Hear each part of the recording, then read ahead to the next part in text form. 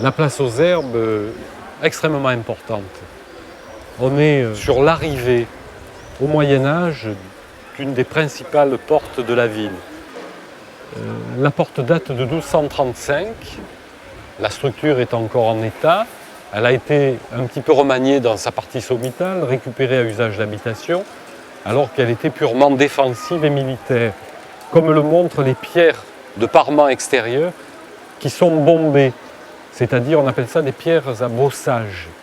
C'est une des caractéristiques. On voit très bien à l'intérieur la chambre de la herse, on voit les gonds, on voit absolument toute la structure de cette tour. Donc là nous sommes au niveau de la cité comtale, je le répète 1235, et on voit comment les maisons sont venues s'appuyer sur le rempart de part et d'autre à partir de la fin du XIVe, début du XVe siècle.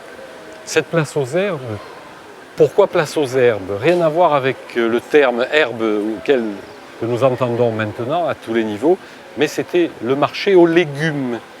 Herbe au Moyen-Âge signifiant légumes. Donc ici avait lieu un important marché aux légumes. La caractéristique, en plus de la pharmacie, herboristerie de cette place, est aussi le café des Mille Colonnes, un des plus vieux cafés de France, qui est là, que vous voyez. Et puis sur la gauche, la maison natale d'un grand naturaliste qui a fait toute sa carrière au Chili. Il s'agit de Claude Gay, né en 1800 sur cette place, dans la petite maison à l'angle, là-bas au fond.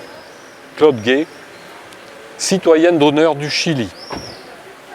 Voilà pour cette place qui avait ici une barbacane, qui est un ouvrage de défense, à la suite de laquelle il y avait le fossé profond, et puis le fameux pont-levis, la démolition de cette barbacane a laissé la place justement à cette place.